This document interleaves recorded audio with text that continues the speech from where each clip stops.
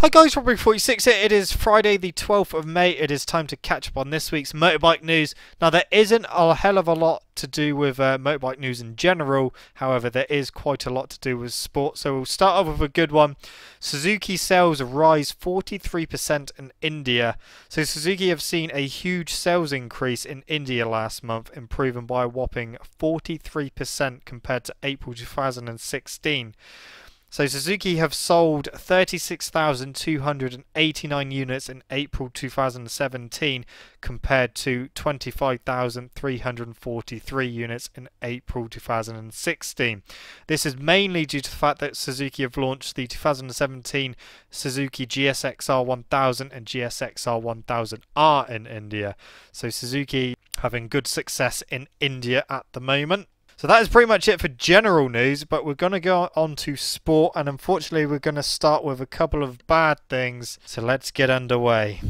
MV Agusta Dickie's British Supersport team has unfortunately been subject to a huge theft, which has put the rest of their British Supersport season in jeopardy. The team's race truck was parked inside a secure storage area along with 9 other Arctic lorries, but thieves managed to gain access, draining each of the lorries of diesel before setting to work on the MV Agusta transporter.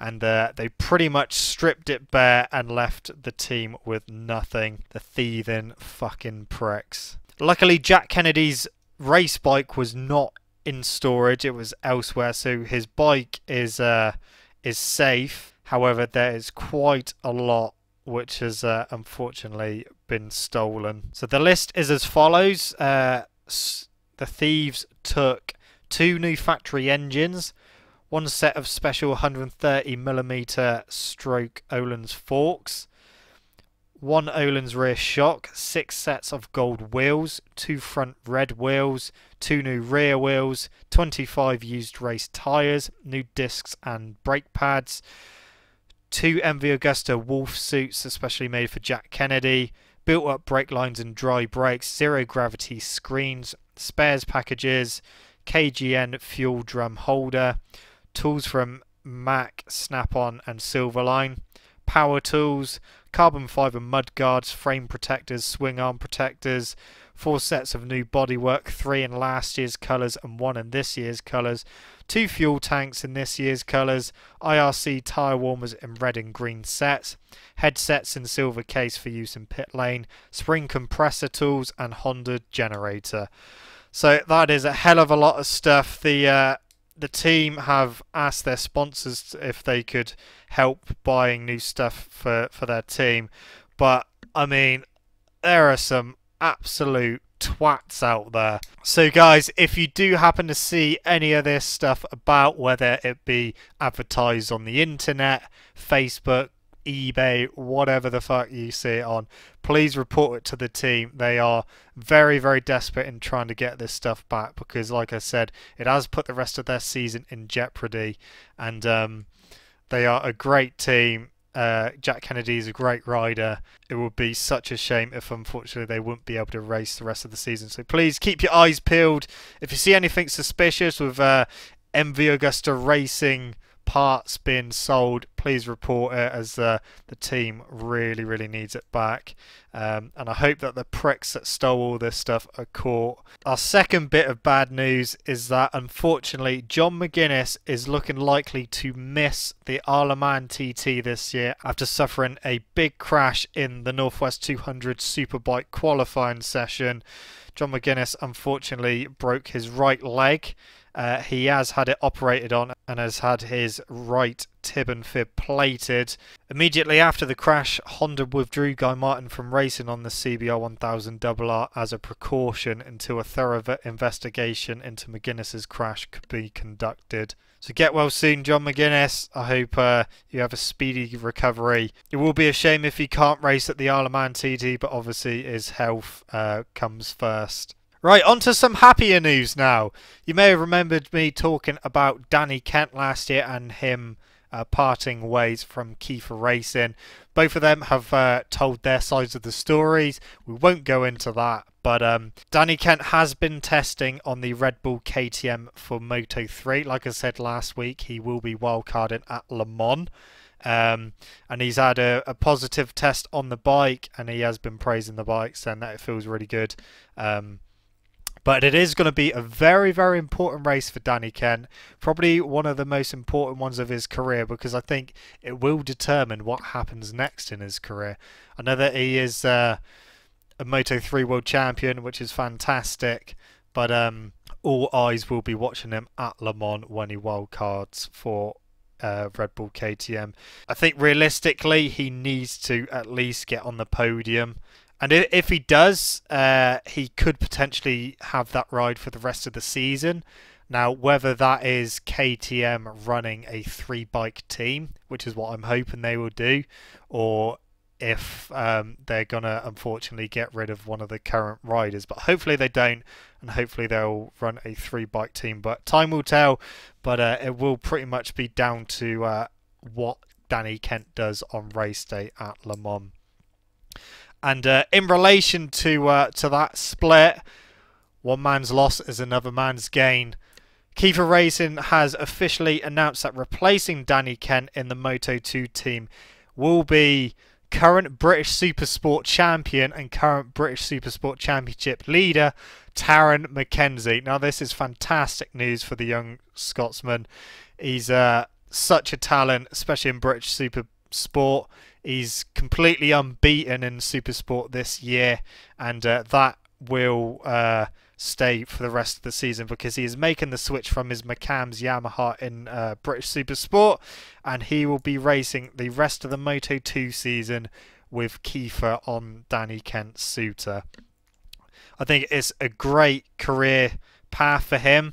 It's probably sped up his career path quite a bit, because maybe he was expecting to move up to British Superbikes after this year with McCams Yamaha, after he more than likely was going to win the title this year for British Supersport again.